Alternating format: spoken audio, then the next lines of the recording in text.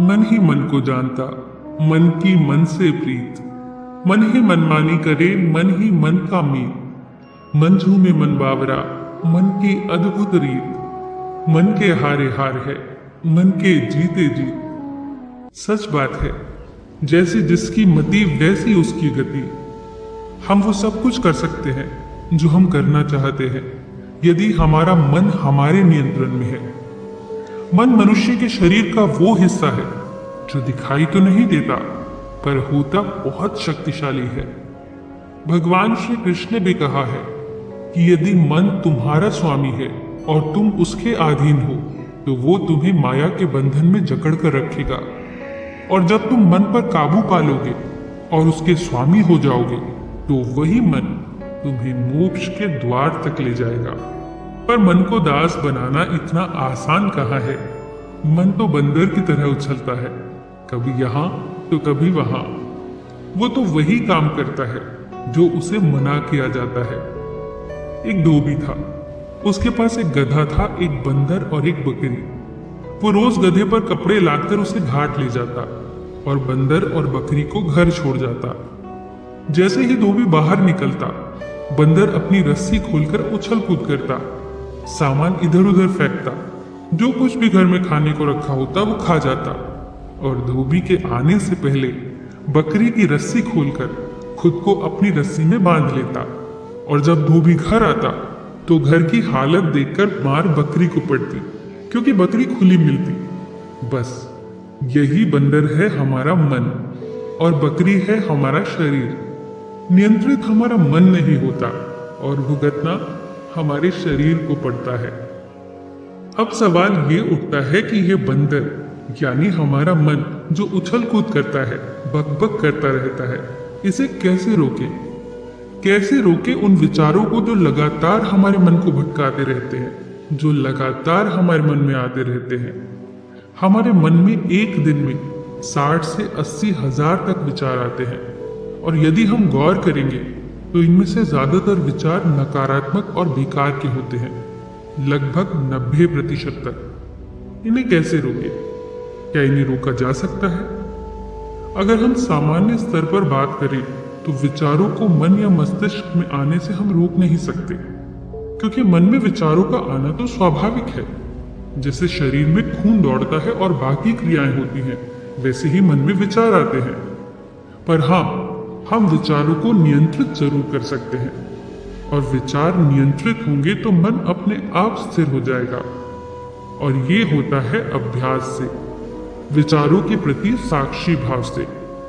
साक्षी भाव का अर्थ हमें विचारों को देखना होगा, मन को खुद से अलग करके विचारों को देखना होगा, मन से एक दूरी बनाकर। अब आप सोच रहे होंगे कि अपने मन से हम अपने आप को अलग कैसे कर सकते हैं? आखिर मन तो हम ही हैं।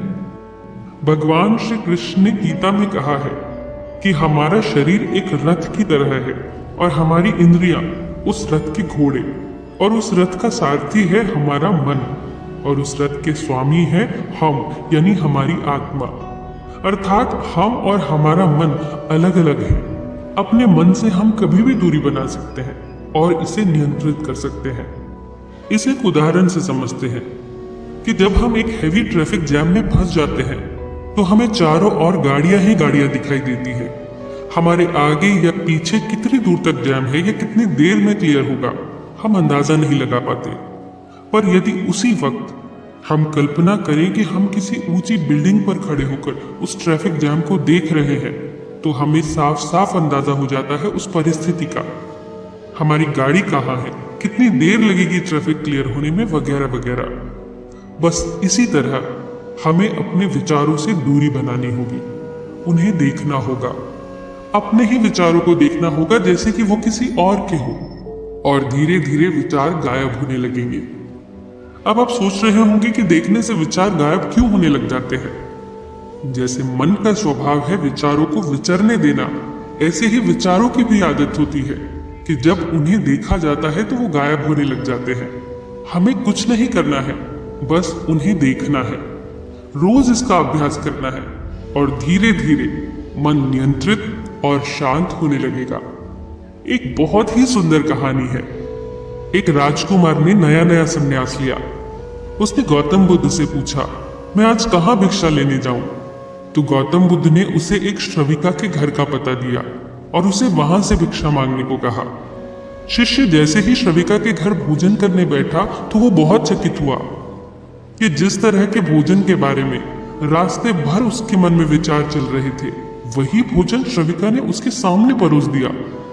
बिल्कुल वही भोजन देखकर उसे आश्चर्य तो बहुत हुआ, पर यह मात्र एक संयोग ही होगा, ये सोचकर उसने भोजन कर लिया। भोजन करने के बाद उसके मन में विचार आने लगे। राजमहल में तो भोजन के बाद थोड़ा विश्राम भी करता था, पर आज तो भोजन करने के बाद इतनी धूप में वापस जाना होगा।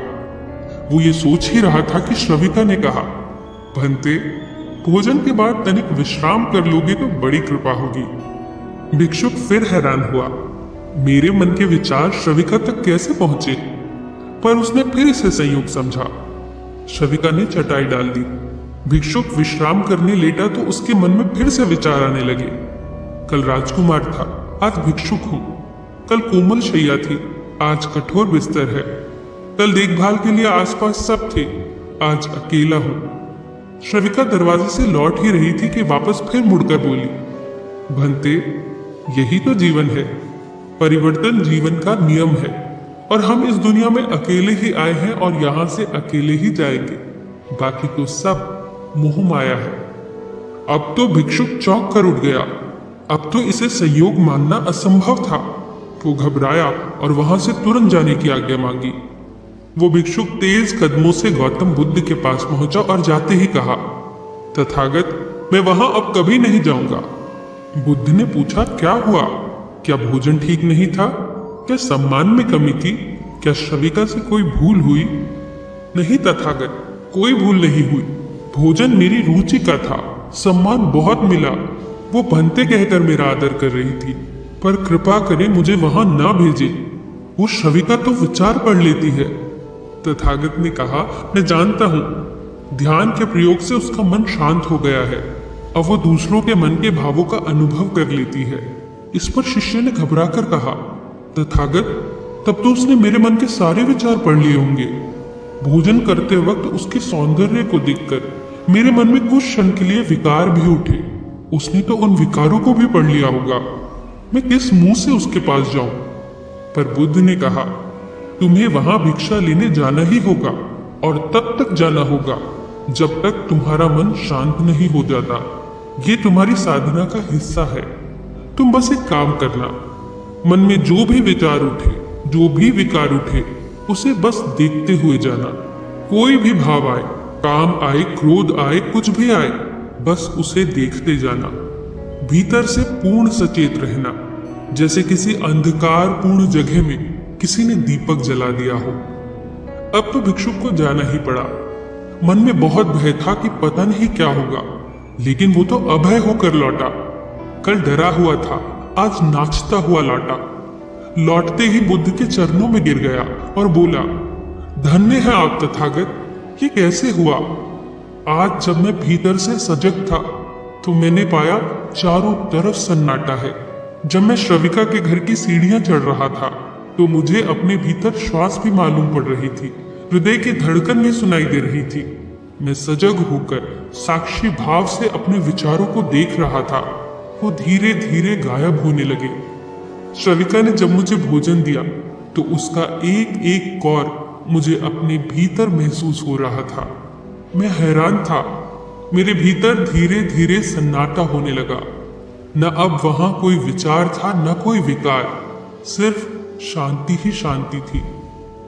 इस पर बुद्ध ने कहा, जैसे किसी घर में प्रकाश हो तो उस घर में चोर नहीं आते, वैसे ही जो भीतर से सचेत है, जागा हुआ है, साक्षी है, उसके मन के द्वार पर बेकार के विचारों और विकारों का प्रवेश बंद हो जाता है और फिर मन धीरे धीरे शांत होने लगता है और स्थिर होने लग जाता है।